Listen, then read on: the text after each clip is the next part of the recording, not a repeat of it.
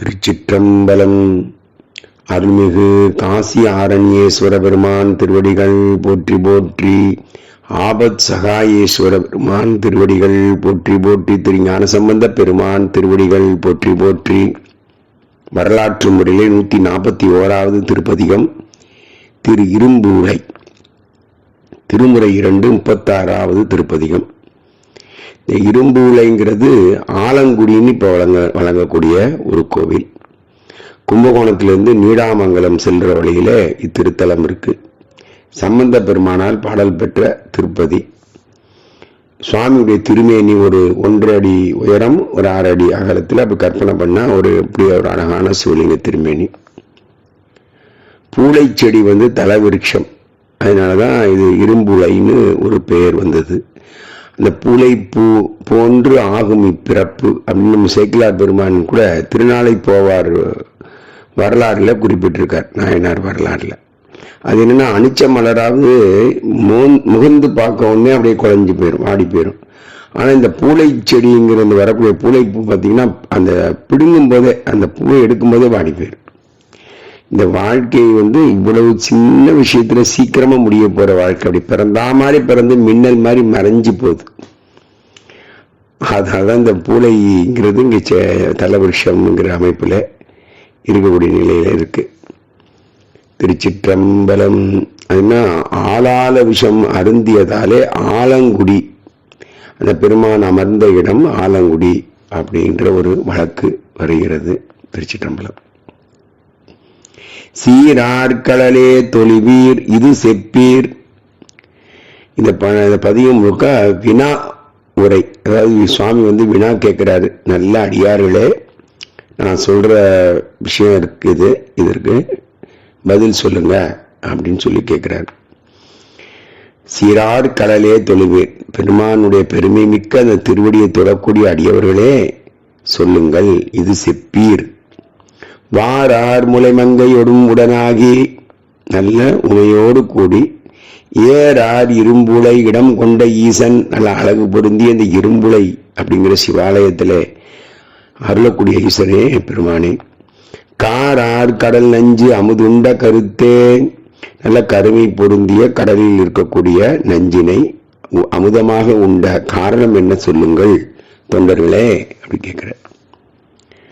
அப்ப கண்டத்துல சுவாமி விஷத்தை வைத்து விட்டார்.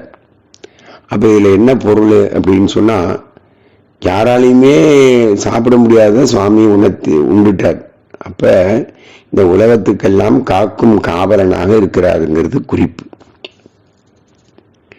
தொழலார் கடலே தொழு தொண்டர்கள் சொலீர். தொழுதற்குரிய திருவடி சுவாமியுடைய திருவடி, அதை தொழக்கூடிய தொண்டர்களே சொல்லுங்கள். குழலார் மொழி கோல் வளையாளோடு உடனாகி, நல்ல திரண்ட வளையல் போட்டிருக்கக்கூடிய அம்மா, கொல் போன்ற மொழி சொல்லக்கூடிய உமையை உடனாகி, எழிலார் இரும்புலை இடம் கொண்ட ஈசன், நல்ல அழகிய இரும்புலையிலே இங்கே தங்கி இடமாக கொண்ட ஈசபெரும் பெருமான். கடல் தான் கரிகானிடை ஆடு கருத்தே. அவர் ஏன் சுடுகாடுல போய் திருவடி நோக்க இப்படி ஆடுறாரு, அது என்ன கருத்து சாமி சொல்லுங்க. அப்ப நள்ளிருளில் நற்றம் பயின்று ஆடும் நாதன் அவர் சொன்ன வேலையை ரொம்ப சிறப்பா இந்த உலகத்துல செய்து முடித்து, அந்த உடல் ஈமக்காட்டில் எரியும் போது சாமி நட்டம் பயில்றார். ஆக அருளும் வண்ணம் தான் இந்த நட்டம். அந்த உயிருக்கு சாமி அருள் செய்றார். பரவாயில்ல, இந்த உயிர் கடை சேர்ந்துருச்சு. ஆக சில பேருக்கு என்ன பண்றாரு, சுடலை நீர் பூசுறாரு. அப்ப என்ன அர்த்தம், இன்னும் அடுத்த பிறப்புலையாவது உருப்படட்டுமே அப்படின்னு சாமி அது சிந்திச்சு நல்வழிப்படுத்துறதுக்காக அந்த சுடலை எடுத்து நீரா பூசிக்குவார். இதுதான் இந்த சுடலை பூசுவதற்கும் நள்ளிருள் கரிகால்னா சுடுகாடுல ஆடுவதற்கும் உள்ள இது நம் கருத்தளவுல என் குருநாதர் சொல்லுவார். இதெல்லாம் அனுபவத்துல தான் எங்கேயோ போயிடலாமே. அன்பால் அடி கைதொழுவீர்.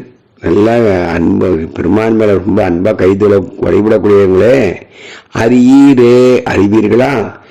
மின் போல் மருங்குள் மடவாள் ஒடுமேவி, இல்லை இடை மெலிந்த மின்னல் போல இருக்கக்கூடிய உமையோடு கூடி, இன்பாய் இரும்புலை இடம் கொண்ட ஈசன். ரொம்ப விருப்பமா இந்த இரும்புலையில் இருக்கியப்பா சிவபெருமானே, பொன் போல் சடையில் புனல் வைத்த பொருளே. இந்த திருச்சடையில கங்கை வைத்ததுக்கான காரணம் என்ன? அந்த கங்கை பூமியை பிளக்க போது தாங்கினாங்க சுவாமி. அது தாங்கி மெதுவாக்கி ஒரு சடை ஆடாமே கடந்தார், மறைத்தருளினார். இது விஷயம். தத்துவம் என்ன அப்படின்னு பார்த்தா, இந்த உடலினுடைய மலம் கழுவ தாய் தண்ணி கொண்டு வருவா குழந்தையில. நம்ம சுவாமிக்கு எப்பவும் குழந்தை தான். இந்த உயிரினுடைய மலத்தை கழுவுவதற்காக தான் சுவாமி தன் திருச்சடையில தண்ணீரோடவே வரார். அதான் மும்மலம் கழுவ. அடுத்து நச்சி தொழுவீர்கள்.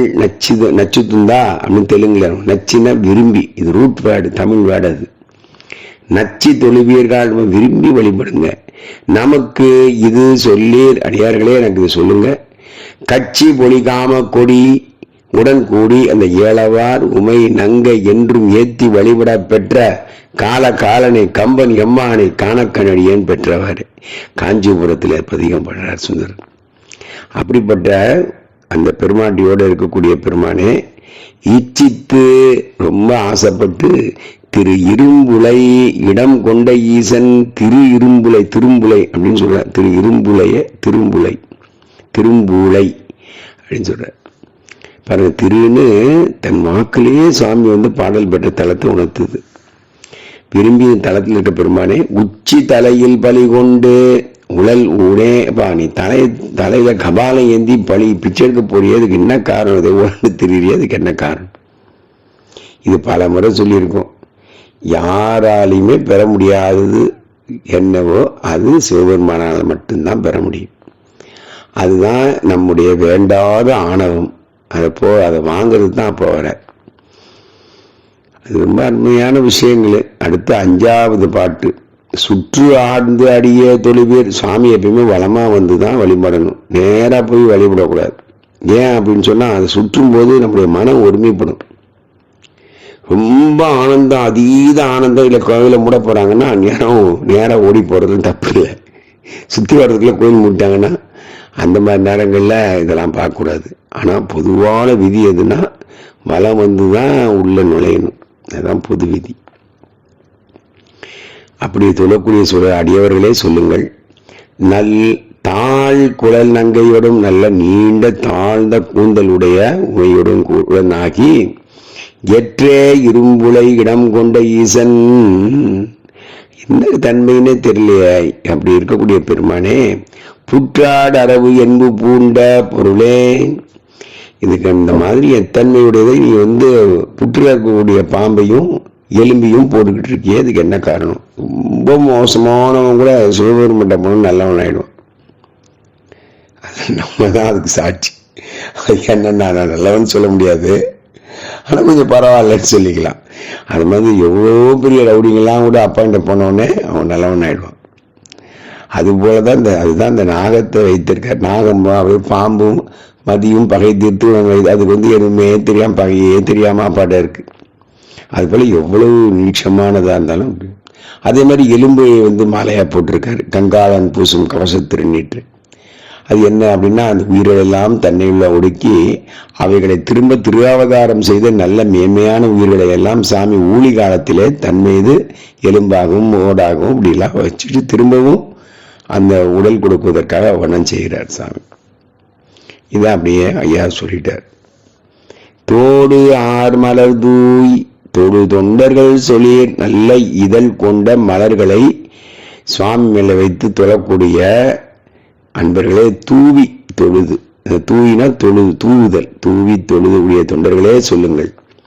சேடார் குழல் சேயிலையோடு உடனாகி நல்ல திரட்சியான சடை அந்த கூந்தலுடைய ஒரு உமையோடு கூடி உடனாகி ஈடு இரும்புள்ள இடம் கொண்ட ஈசன் அப்படி சொல்ற. என்ன அற்புதம் பாருங்க.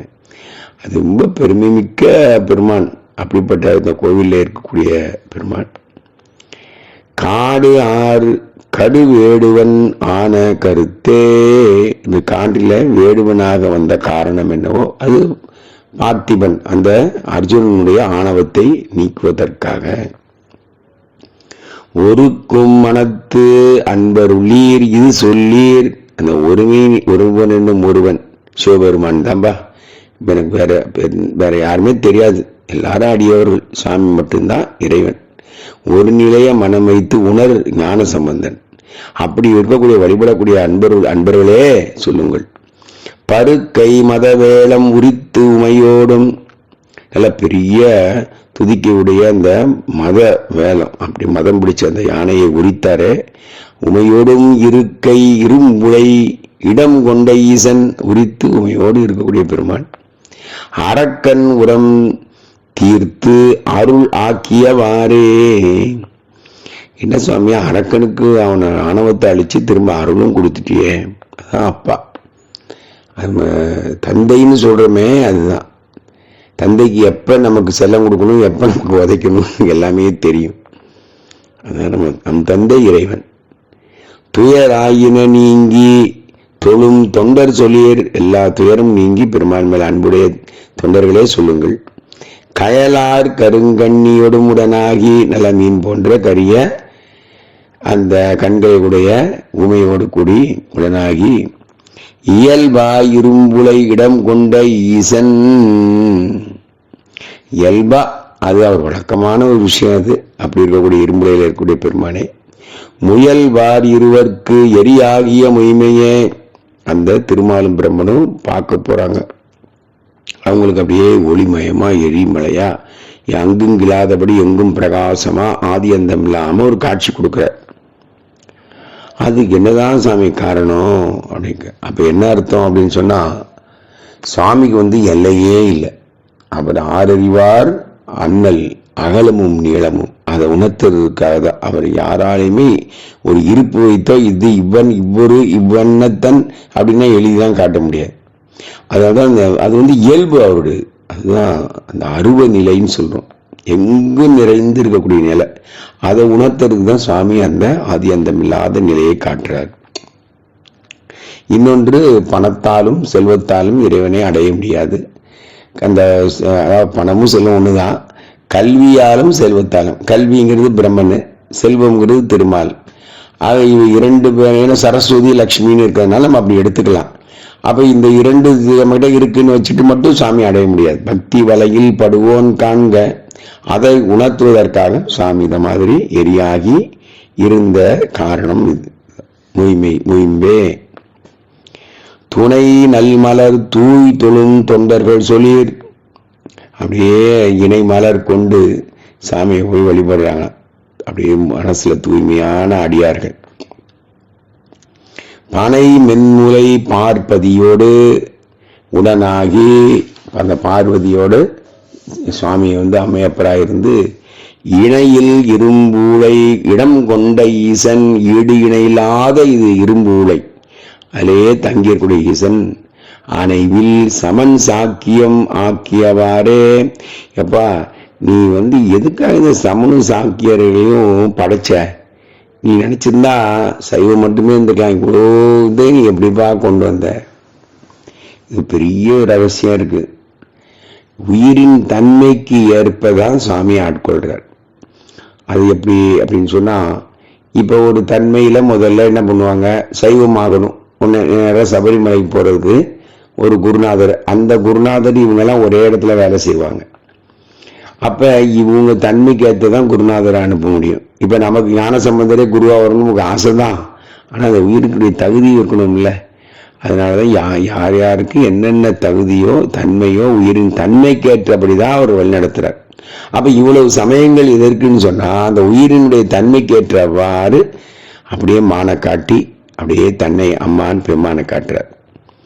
அப்ப அவர் இல்லாத ஒரு சமயம் கிடையாது, இதுதான் உண்மை. அவர் இல்லாத ஒரு கருத்து கிடையாது. ஆனா எதற்கு பொருட்டு இதை செய்யறார் சாமி? ஏன்னா IAS பாடம் மட்டும் இருக்கலாமே, எதுக்கு LKG எல்லாத்தையுமே முடிச்சுக்கலாமே? முடியாது. எல்லா வழியிலையும் போய் தான் இந்த சைவம்ங்கிறது ஒரு எப்படின்னா ஒரு பெரிய ட்ரங்க் ரோடு. இதுதான் எல்லா கிளை ரோடுகளும் சேரக்கூடிய ஒரு பெரிய பாதை. அந்த பாதை ரொம்ப ஸ்மூத்தா இருக்கு, ரொம்ப ஷார்ட்டா இருக்கு, ரொம்ப எளிமையா இருக்கு.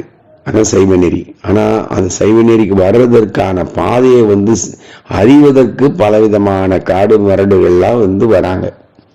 அதுதான் இந்த சமயங்கள் எல்லாம். ஆனா எல்லையில் எமக்கின்பம் செய்தருள் போற்றின எல்லை தான் சைவம். ஒரு உயிர் சிவத்தை பற்றுதுன்னு சொன்னா அது எல்லைக்கு வந்துடுச்சுன்றது அர்த்தம். அது இதை விட தெளிவான விஷயம் எதுவுமே அந்த உயிருக்கு தேவையே கிடையாது. ஆனா சைவம் அவ்வளவு ஒரு தத்துவம் உடைய, சும்மா ஏதோ ஒரு பக்தி மட்டுமல்ல, ஏகப்பட்ட தத்துவங்கள் நிறைந்து உயிர்னா என்ன, அந்த உயிர் எதன் பொருட்டு இறைவனை அறியாம இருக்கு, எதை சார்ந்து இருக்கு, அதுல இருந்து வெளியே வர்றதற்கு என்ன பண்ணணும், இறைவனை அடைஞ்சா என்ன நடக்கும் அந்த உயிருக்கு, இவ்வளவு விஷயங்களும் ரகசியம் சைவத்தில் இருக்கு.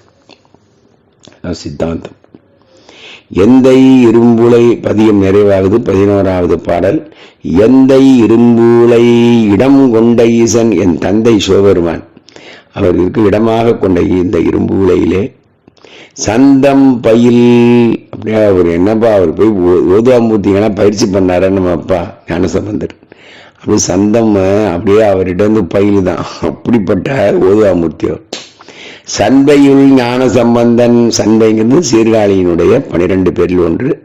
சீர்காழியில் இருக்கக்கூடிய ஞான சம்பந்தன் செந்தன் தமிழ் செப்பிய, சும்மா அப்படி செம்மையும் குளிர்ச்சியும் நிறைந்த இந்த தமிழால் சொன்ன 10 இந்த பாடலையும் இவை வல்லார் பாடி பரவக்கூடிய வல்லவருடையவர்கள். பந்தம் அறுத்து, பந்தவாசம் அறுக்க வல்லார்களே. ஓங்குவர் பான்மையினாலே, அப்படியே சோமாம் தன்மையில ஓங்கி நிற்பாங்க அப்படின்னு சொல்லி சாமி இந்த பதியத்தை அற்புதமா வினா உரையாக நிறைவு செய்கிறார். சிவாய நம சிவாய நம சிவாய நம சிவாய நம சிவாய நம சிவாய நம சிவாய.